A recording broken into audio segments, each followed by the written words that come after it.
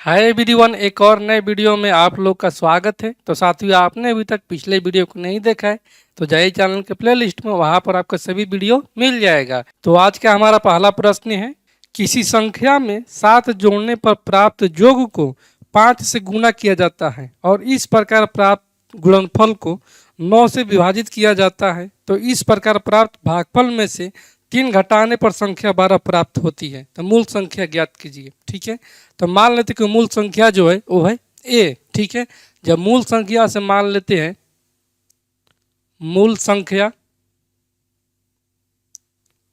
वो है ए, तब बोल रहा है कि यहाँ की किसी संख्या में 7 जोड़ने पर, यानी कि ए में 7 जोड़ने पर और इस प्राप्त योग को 5 से गुना करने पर, ठीक है, ये 5 से गुना करने पर और इस प्रकार प्राप्त गुणनफल को 9 से विभाजित करने पर, कि 9 से भागा देने पर और इस प्रकार प्राप्त भागफल में से 3 घटाने पर, यानी कि 3 घटाने पर वो संख्या प्राप्त हो रहा है कितना, 12 प्राप्त हो रहा है। तो यहाँ से हो जाएगा ए प्लस का 7 इंटू का 5 और ये बाटा में 9 बराबर में ये 12 और प्लस का 3 15 हो जाएगा। ठीक है, तो यहाँ से कर जाएगा 25 आई 15 और ये 9 3 27 हो जाएंगे। ए प्लस 7 इज इक्वल टू ये हो जाएगा 27। जैसे ए का मान आ जाएगा 27 माइनस का 7, यानी कि इसका सही उत्तर हो जाएगा 20। इसलिए ऑप्शन नंबर यहाँ से डी जो है वो हमारा राइट आंसर हो जाएगा। अगले प्रश्न को देखते हैं। अगला प्रश्न है, एक वस्तु पर इसके क्रय मूल्य से 224 रुपये अधिक अंकित किया जाता है। इसे इसके अंकित मूल्य पर 15% की छूट देकर बेचने पर 20% का लाभ प्राप्त होता है। तो वस्तु का क्रय मूल्य कितना था। ठीक है, तो यहाँ से दिया है कि इसके अंकित मूल्य पर 15% की छूट दिया जाता है। तो यहाँ से एमपी हो जाएगा और एमपी पर दिया जाएगा 15% की छूट, 100 माइनस का 15 तो कितना हो जाएगा 85 हो जाएगा। तो ये 85 और बटा में 100 हो जाएगा और यहाँ से क्रय मूल्य और इस पर कितना लाभ प्राप्त हो रहा है, इसको ही बेचता है तो 20% का लाभ प्राप्त होता है, क्योंकि सीपी का 120% हो जा रहा है। तो बटे में हो जाएगा 100, तो ऐसे डबल जीरो कैंसिल आउट और ये 17 पाँचे 85 और ये 24 पाँचे 120। तो यहाँ से हमारा अंकित मूल्य और क्रय मूल्य का अनुपात आ जाएगा ये 24 और अनुपात 17 आ जाएगा। जबकि यहाँ से प्रश्न में दिया है कि एक वस्तु पर इसके क्रय मूल्य से 224 रुपये अधिक अंकित किया जाता है। अंकित मूल्य जो है वो क्रय मूल्य से 224 रुपये अधिक है। तो अनुपात में कितना अधिक है, क्रय मूल्य यहाँ 17 है जबकि अंकित मूल्य से 24 है, यानी कि ये अधिक है, 7 अधिक है अनुपात में, और रुपया में कितना अधिक है, ये 224 अधिक है। जैसे एक का मान हो जाएगा 70 21 1 और ये 7 दूनी 14। तब पूछा कि इसका क्रय मूल्य क्या है या इस वस्तु का मूल्य क्या है, 17 का मान पूछा है। तो 17 बराबर हो जाएगा ये 17 दूनी 34, 17 3 51 और 3 कितना हो जाएगा 54, की 544 रुपया जो है वो इस वस्तु का मूल्य हो जाएगा। इसलिए ऑप्शन नंबर यहाँ से डी जो है वो हमारा राइट आंसर हो जाएगा। अगले प्रश्न को देखते हैं। अगला प्रश्न है, 29 संख्याओं का औसत 45 है, प्रथम 15 संख्याओं का औसत 38 है और अंतिम 15 संख्याओं का औसत 53 है। यदि 15वीं संख्या को छोड़ दिया जाए तो शेष संख्याओं का औसत कितना हो जाएगा। तो सबसे पहले यहाँ पर 15वीं संख्या को ज्ञात करना होगा। तो यहाँ से दिया है प्रश्न में कि 29 संख्याओं का औसत 45 है, यानी कि 29 संख्याओं का जो एवरेज दिया है वो यहाँ से दिया है कि ये 45 है। तो 29 संख्याओं का जो कितना हो जाएगा, यहाँ से जोग हो जाएगा 45 इंटू का 29 हो जाएगा। ठीक है, इसका गुणनफल हो जाएगा ये 1305 हो जाएगा। जबकि यहाँ से आगे दिया है कि प्रथम 15 संख्याओं का औसत 38 है, यानी कि प्रथम जो है 15 संख्या इसका एवरेज दिया है कि यह है 38 है। तो इसका जो कितना हो जाएगा प्रथम 15 संख्याओं का योग ये हो जाएगा ये 15 8 120 से 12 15 3 45 और 12 कितना हो जाएगा, ये हो जाएगा हमारा 57। तो यहाँ से हो जाएगा 570 जो है वो प्रथम 15 संख्याओं का योग है। फिर आगे है कि अंतिम 15 संख्याओं का जो औसत है वह 53 है। ठीक है, यानी कि अंतिम 15 संख्या जो है इसका एवरेज दिया है कि ये है 53 है। तो इसका योग यहाँ से आ जाएगा ये 53 इंटू का 15, तो 15 3 45 4 15 पचे 75 और 4 कितना हो जाएगा 79 हो जाएगा। यानी कि 795 जो है वह इस अंतिम 15 संख्याओं का योग है। तो यहाँ से अगर देखते हैं तो ऐसे प्रथम 15 है और अंतिम 15 है, यानी कि टोटल संख्या यहाँ से जोड़ने पर हो जा रहा है 30 तो संख्या है, जबकि यहाँ पर जो है वो 29 संख्या है। यानी कि कहीं ना कहीं हमारा 15वीं संख्या को ही 2 बार कैलकुलेट कर लिया गया है। तो ऐसे 15वीं संख्या कितना हो जाएगा, यहाँ से पहले जोड़ लेंगे यहाँ से दोनों को, तो ये हो जाएगा ये 5 प्लस का 0, तो ये हो जाएगा 5 और ये 9 7 16 7 5 12 और 1 13 1365 हो जाएगा। ये टोटल 30 संख्याओं का योग हो जाएगा। तो ऐसे 15वीं संख्या जो हो जाएगा, 15वीं संख्या वो हमारा जाएगा ये 1365 माइनस का 1305, यहाँ से 1365 माइनस का 1305, तो ये 15वीं संख्या यहाँ से आ जाएगा हमारा 60 है। तो अब बोला है यहाँ से यदि 15वीं संख्या को छोड़ दिया जाए, यानी कि इस 29 संख्याओं में से 15वीं संख्या को छोड़ दिया जाए तो शेष संख्या का औसत कितना हो जाएगा। ठीक है, तो ऐसे 29 संख्या का जो है 1305, जो कि 15वीं संख्या यहाँ से है 60, तो यहाँ से 28 संख्या का जो कितना हो जाएगा, 28 संख्या के यहाँ से योग हमारा आ जाएगा, 28 संख्या का योग वो हो जाएगा ये 1305 और माइनस का 60 हो जाएगा। यानी कि यहाँ से ये हो जाएगा ये 5 और ये 10 में से 6 हो जाएगा 4, यानी कि 1245 जो है वो 28 संख्याओं का योग आ गया। तो यहाँ से इसका एवरेज कितना हो जाएगा, यहाँ से एवरेज हो जाएगा ये 1245 और बॉटम में हो जाएगा 28, तो यहाँ से हमारा आ जाएगा 44.4 या लगभग का हो जाएगा 44.5। इसलिए ऑप्शन नंबर यहाँ से हमारा डी जो है वो हमारा राइट आंसर हो जाएगा। अगले प्रश्न को देखते हैं। अगला प्रश्न है 3 4 5 3 6 3 4 5 3 का माध्य बहुलक और माध्यिका ज्ञात कीजिए। तो पहले जितना संख्या दिया रहेगा ऐसे में तो इन सबको हम सजाएंगे बढ़ते क्रम में, और बढ़ते क्रम सजाने के बाद जो बहुलक होगा वो ज़्यादा फ्रीक्वेंसी के जितनी बार रिपीट होगा जो संख्या वही हमारा बहुलक हो जाएगा। और माध्य निकालने के लिए जानते ही हम लोग माध्य और औसत दोनों सेम ही होता है, और माध्यिका निकालने के साथ ही हम लोग जानते हैं कि ठीक बीचे बीच वाली जो संख्या होती है वही हमारा माध्यिका होती है। तो आइए पहले इसको हम सजाते हैं बढ़ते क्रम में। सबसे छोटा इसमें कितना है, इसमें सबसे छोटा है 3, और 3 कितनी बार है, यह है 1 2 3 4 बार है। जैसे 3 4 हो जाएगा, उसके बाद हो जाएगा इससे बड़ा, ये हो जाएगा 4, तो 4 यहाँ पर 2 बार है। उसके बाद हो जाएगा ये 5, तो 5 यहाँ पर 2 बार है। उसके बाद हो जाएगा 6, तो 6 यहाँ पर 1 ठो है। यहाँ से हमारा हो जाएगा बहुलक, पहले बहुलक ज्ञात कर लेंगे। तो बहुलक यहाँ से आ जाएगा, अधिक बार जो रिपीटेड संख्या होती है वही हमारा बहुलक होता है। तो 3 जो है वो 4 बार है, यानी कि यहाँ से बहुलक हो जाएगा 3। और माध्यिका कितना हो जाएगा, माध्यिका यहाँ से हमारा आ जाएगा, माध्यिका वो हो जाएगा ठीक बीचे बीच वाली संख्या। तो 1 2 3 4 5 6 7 8 9 टो है, यानी कि 4 गो बीचे हो जाएगा, तो 4 गो यहाँ से हट जाएगा और 4 गो यहाँ से हट जाएगा, यानी कि माध्यिका यहाँ से हमारा जाएगा 4। ऐसी माध्यिका हो गया 4, और माध्य निकाल लेते हैं। तो माध्य यहाँ से हो जाएगा टोटल परिणामों का योग। तो 3 चौक के 12, 12 4 16 4 20, 20 और 10 30 और 6 36, यानी कि 36। और बटे में हो जाएगा संख्या 1 2 3 4 5 6 7 8 9 हो जाएगा, यानी कि यहाँ से हमारा जो माध्य आ जाएगा वो हमारा 4 आ जाएगा।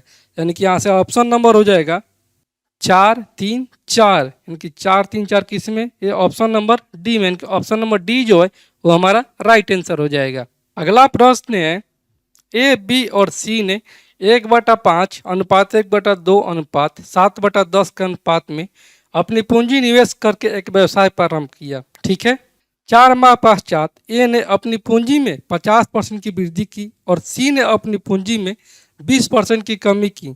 तो 1 वर्ष की समाप्ति पर बी को लाभ में उसके हिस्से के रूप में 90,000 रुपये प्राप्त हुए।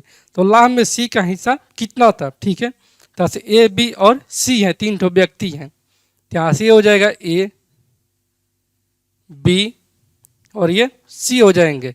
इनके राशियों का अनुपात यहाँ से दिया है कि 1/5 अनुपात 1/2 अनुपात का ये 7/10। तो पहले इसको बदलेंगे हम लोग पूर्ण में, यानी कि यहाँ से हो जाएगा 5 2 10 कैल्शियम 10 हो जाएगा। तो ये हो जाएगा 5 दूनी 10 और ये 2 5 10 और ये हो जाएगा 7, यानी कि उनके राशियों का जो अनुपात है 2:5:7 है। तो अपने सुविधा के अनुसार इसको मान लेते हैं कि यह है 20 और ये है 50 और ये है 70। ठीक है, तो ये लग रहा है कितना, ये लग रहा है पूरे वर्षों के लिए, जबकि यहाँ से प्रश्न में दिया है कि 4 महीने के पश्चात, यानी कि ये लग रहा है 20 इंटू का 4। ठीक है, और उसके बाद ये जो है वो अपनी पूंजी का 50% की वृद्धि करता है, 50% यानी कि आधा वृद्धि करता है। तो पहले कितना लगाता है, 20 लगाता है, उसके बाद 10 का और वृद्धि कर दे रहा है, यानी कि इसको जो है ये 30 पूंजी ये लग रहा है अब 8 महीने के लिए। ठीक है, जबकि यहाँ से ये हो जाएगा 50 इंटू का 4, फिर कितना हो जाएगा, बी जो है वो कुछ नहीं करता है। ठीक है, कि बी के बारे में कुछ नहीं दिया, क्योंकि बी जो है वो अपने पूरे साल के लिए पैसा लगाता है। तो यहाँ से हो जाएगा 50 इंटू का 12 महीना। और सी के लिए क्या बोला है कि सी जो है वो अपनी पूंजी में 20% की कमी करता है, क्योंकि 4 महीने तक ये 70 रुपया लगाता है। ठीक है, और 4 महीने के पश्चात यह जो 20% का यहाँ से कमी कर देता है। तो यहाँ से हो जाएगा ये 10% का 7, तो 20% का 7 दूनी 14, यानी कि 14 का कमी कर देगा। तो यहाँ से हो जाएगा 14 6 20, 20 और 50 70, यानी कि 56 रुपये लगाता है, और ये लगाता है 8 महीने के लिए। तो यहाँ से हो जाएगा ये 20 चौके 80 और ये 8 3 24, और ये अनुपात का हो जाएगा 12 5 60, और ये 7 चौका 28, और ये 8 6 48, 8 5 40 और 4 44 हो जाएगा, यानी कि यहाँ से हो जाएगा 8 4 12, यानी कि 320 हो जाएगा। ए का लाभों का अनुपात, और ये हो जाएगा बी का 600, सी का हो जाएगा ये 8, और ये 8 4 12 और 4 2 6 और 1 7, यानी कि 728 हो जाएगा। जबकि यहाँ से प्रश्न में दिया है कि बी को लाभ में उसके हिस्से के रूप में 90,000 रुपये प्राप्त हुए, यानी कि इस 600 का जो मान दिया है वो यहाँ से दिया कि है 90,000 रुपये है। तो यहाँ से हो जाएगा 0000 कैंसिल आउट, और ये 15 छक्का 90, यानी कि 150 जो हो जाएगा वो इस एक का मान हो जाएगा 150 हो जाएगा। तो पूछा है किसका, पूछा है कि सी का हिस्सा कितना है, तो सी का कितना है, अनुपात में 728 है। तो ऐसे वो 728 बराबर में 150 इंटू का 728 हो जाएगा। तो यहाँ से गुना हो जाएगा 10 92 00 हो जाएगा, यानी कि 1,09,200 रुपया जो है वो सी का हिस्सा है। इसलिए ऑप्शन नंबर यहाँ से डी जो है वो हमारा राइट आंसर हो जाएगा। अगले प्रश्न को देखते हैं। अगला प्रश्न है, एक खंभे को 3 भागों में विभाजित किया गया है, जिसका पहला भाग उसे पूरे खंभे के 1/4 के बराबर है, दूसरा भाग जो है वो पहले भाग के 4/8 के बराबर है, और तीसरा भाग जो है वो 10 मीटर है। तो उस खंभे की लंबाई कितनी होगी। ठीक है, तो यहाँ से कितना है भाग है, 1/4 है, 1/4 है, और 1 तो 4/8 है। ठीक है, ये हो जाएगा कितना, ये हो जाएगा 1/2। तो मान लेते हैं कि टोटल जो खंभे की लंबाई है, टोटल खंभा की लंबाई 40। ठीक है, तो यहाँ से हो जाएगा 40 का 1/4 अगर निकालेंगे, 40 का 1/4 तो ये हो जाएगा 10 हो जाएगा, यानी कि 10 हो जाएगा।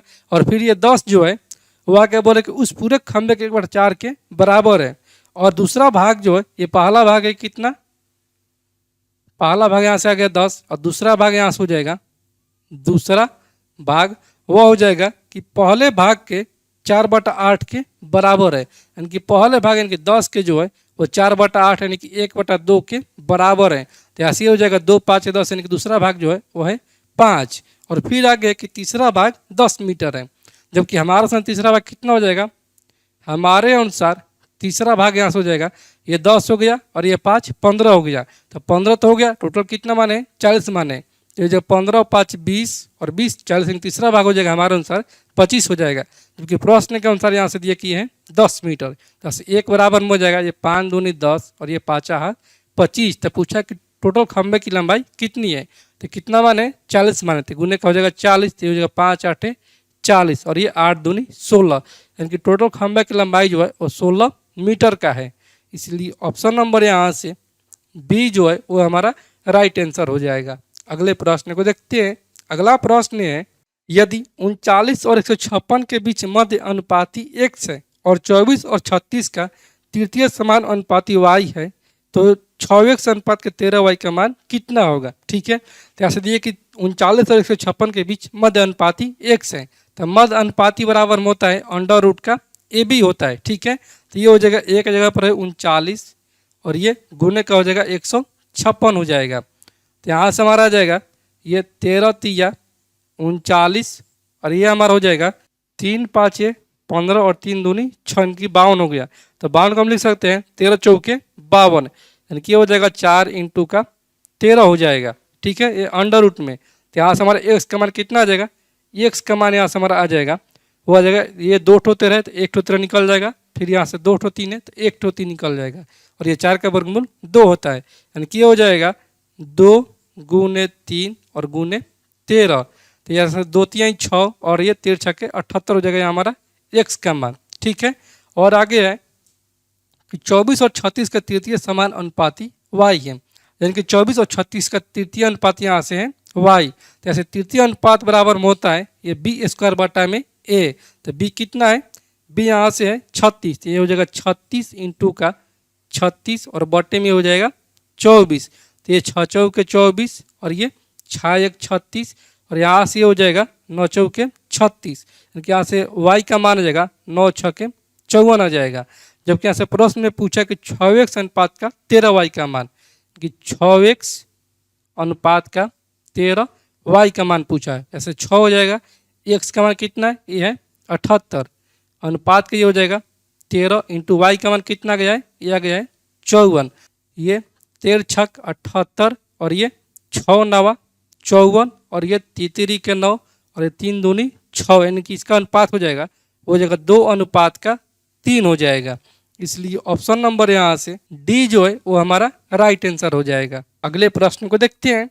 अगला प्रश्न है 3 कक्षाओं में छात्रों की संख्या का अनुपात 2:3:5 है।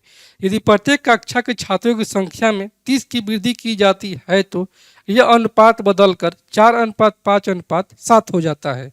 तो वृद्धि के पश्चात छात्रों की कुल संख्या ज्ञात कीजिए। ठीक है, जैसे 3 कक्षा में छात्रों का जो अनुपात दिया है वो यहाँ से दिया है ये 2:3:5 है, जबकि यहाँ से प्रत्येक कक्षा में 30 की वृद्धि की जाती है तो ये अनुपात हो जा रहा है 4:5:7 हो जा रहा है। ठीक है, तो यहाँ से अगर देखते हैं तो ये 2 है और ये 4 है, यानी कि यहाँ पर वृद्धि हो रहा है 2 का, यहाँ पर भी वृद्धि हो रहा है कितना 2 का, और यहाँ पर भी वृद्धि हो रहा है 2 का, कि टोटल वृद्धि कितना हो जा रहा है 2 2 4 और 2 6 का वृद्धि हो जा रहा है। ठीक है, अनुपात में, लेकिन संख्या में कितना वृद्धि हो रहा है, ये वृद्धि हो जा रहा है प्रत्येक कक्षा के छात्रों की संख्या में 30 की वृद्धि किया जा रहा है, यानी कि एक कक्षा में 30 की वृद्धि होता है तो 3 कक्षा में 90 की वृद्धि हो जाएगा, तो ऐसे हो जाएगा 90। तो ऐसे एक का मान हो जाएगा ये 15 6 90। तब बोला कि वृद्धि के बाद कितने छात्र हैं, तो वृद्धि के बाद कितने छात्र हैं अनुपात में 7 5 12 4 16 है, यानी कि 16 का मान पूछा है तो 16 बराबर में हो जाएगा ये 16 5 80 8 16 और 8 कितना हो जाएगा 24, यानी कि 240 छात्र जो है वो वृद्धि के बाद है। इसलिए ऑप्शन नंबर यहाँ से बी जो है वो हमारा राइट आंसर हो जाएगा। तो साथियों, मैं उम्मीद करता हूं कि आज का वीडियो क्लास आप लोग को पूरी तरह से समझ में आ गया होगा, और आप लोगों ने अभी तक इस चैनल को सब्सक्राइब नहीं किया है तो आप लोग इस चैनल को सब्सक्राइब करें, लाइक करें और कमेंट करें।